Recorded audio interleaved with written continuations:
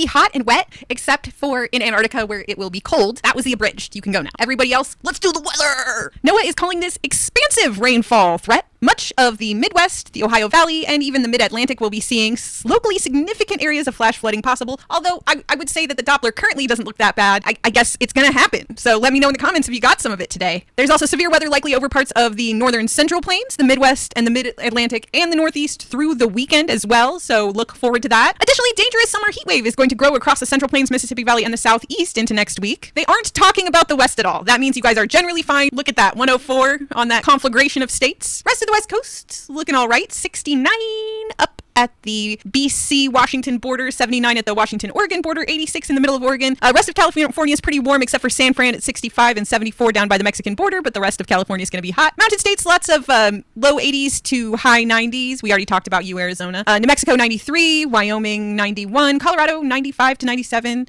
Eastern Montana, 95 to 83 up by the border. A little bit cooler in the states of the High Plains. North Dakota, 78. South Dakota, 82. Nebraska, 88. Kansas, 98. Oklahoma, 96 to 97. Texas, lots of 97, 98 for you guys. Lake states, it could be as cool as 65 or 56 if you're on the Canada side. But the southern part of Lake states is into the high 70s and the low 80s. As you drop down into Indiana, Illinois, Ohio, Iowa, you're getting solid high 80s. High 80s for Kentucky. Tennessee, 93 to 88. All of the Gulf states and the Southeast in the 90s. Florida, 91 at the tip, 96 in the middle of it, 97 for your panhandle.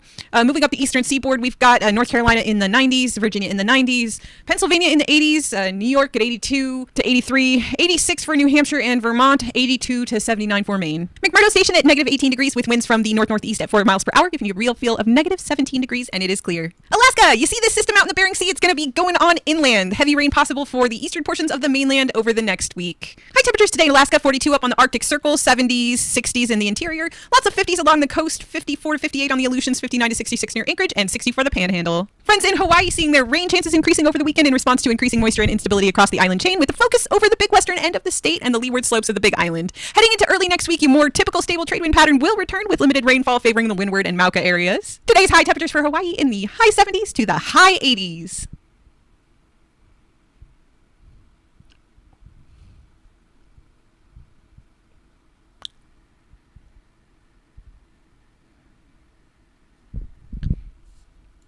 Are you still here? Go away now. Okay, bye!